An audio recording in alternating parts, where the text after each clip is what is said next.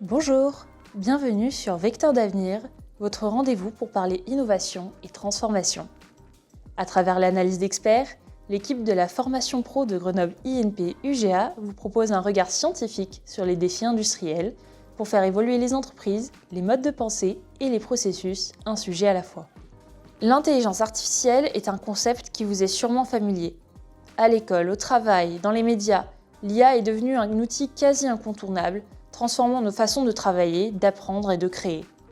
Mais comme toute technologie puissante, elle soulève aussi des questions. C'est ce qu'on a souhaité creuser aujourd'hui avec Pierre-Loïc Bayard, ingénieur en recherche pédagogique en intelligence artificielle au sein de l'Institut MIAI. Bonjour Pierre-Loïc. Bonjour. Tu es donc ingénieur de recherche pédagogique. Est-ce que tu pourrais nous expliquer en quelques mots en quoi cela consiste ? Donc Pierre-Loïc Bayard, je suis ingénieur de recherche pédagogique en intelligence artificielle au sein de l'Institut MIAI, donc l'Institut interdisciplinaire d'IA de Grenoble. C'est un institut interdisciplinaire qui a été créé suite au rapport Villani. Qu'est-ce que je fais à l'intérieur de cet institut ? D'abord, j'ai une partie, parce que je suis localisé dans l'école d'ingénieurs en physique FELMA. Donc je conçois des cours en intelligence artificielle pour les élèves de l'école.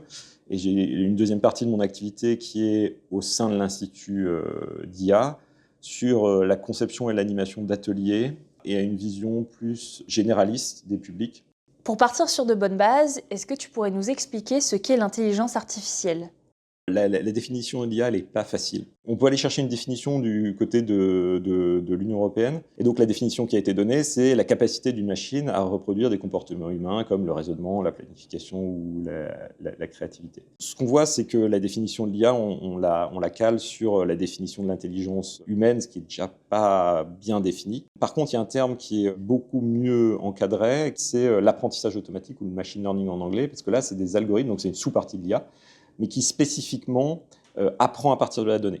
En préparation de ce podcast, tu m'as notamment parlé de deux catégories, l'IA générative et l'IA prédictive. Qu'est-ce qui les différencie ?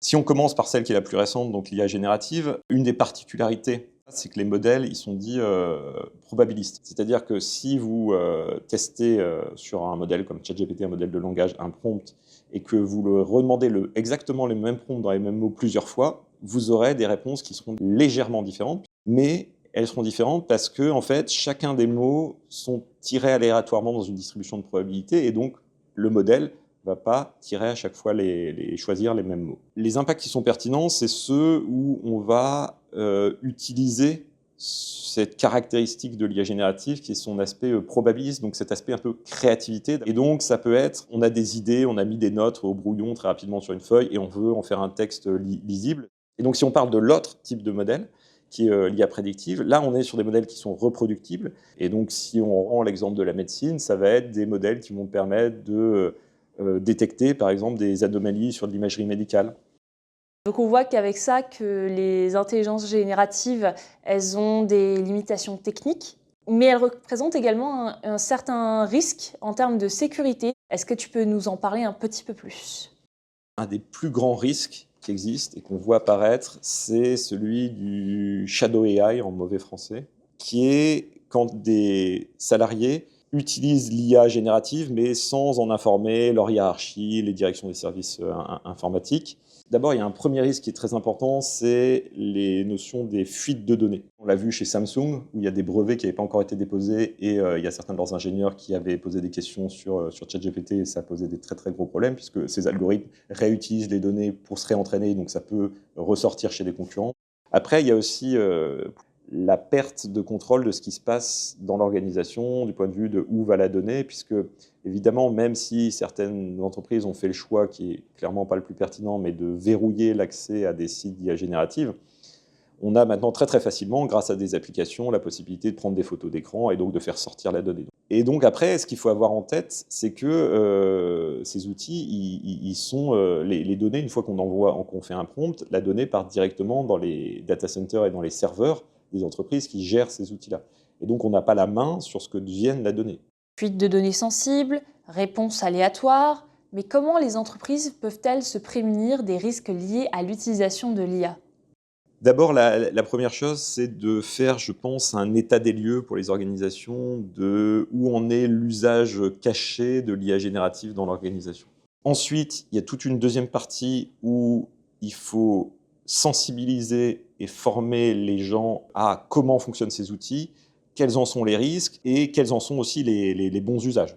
Ensuite, quelque chose qui prendra sûrement un peu plus de temps, mais ça, il y a des entreprises qui savent déployer ce genre de choses, c'est la possibilité de fournir aux salariés des outils internes d'IA générative. Là où les gens vont vraiment l'utiliser dans l'organisation, c'est si ces modèles-là sont connectés à la donnée interne des entreprises, parce que leurs réponses seront beaucoup plus pertinentes que les modèles généralistes. Et je reviens sur un point, interdire les accès au site, c'est sûrement la pire des solutions qui peut être mise en place. La sensibilisation, c'est un terme que tu viens d'évoquer. Alors, de quels moyens disposent les entreprises pour former leurs collaborateurs ? En fait, la formation professionnelle, elle va être intéressante à différents niveaux. Il y a toutes ces étapes de sensibilisation aux enjeux et au fonctionnement de l'IA que nous on fait. C'est des formations qui sont assez courtes et qui répondent vraiment bien à ce besoin. Après, il y a des formations plus longues sur différentes choses. Typiquement, là, la formation professionnelle de Grenoble INP, il y a un certificat IA et application qui est modulaire et donc qui permet aussi aux entreprises de choisir sur des sous-questions liées à l'IA certaines des problématiques qui les intéressent plus. Il y a pas mal de choses et à différents niveaux, suivant où les organisations sont dans leur parcours de déploiement de l'IA dans leur organisation. Il y a plein de possibilités. Voilà. Merci Pierre-Loïc. Cet épisode est maintenant terminé.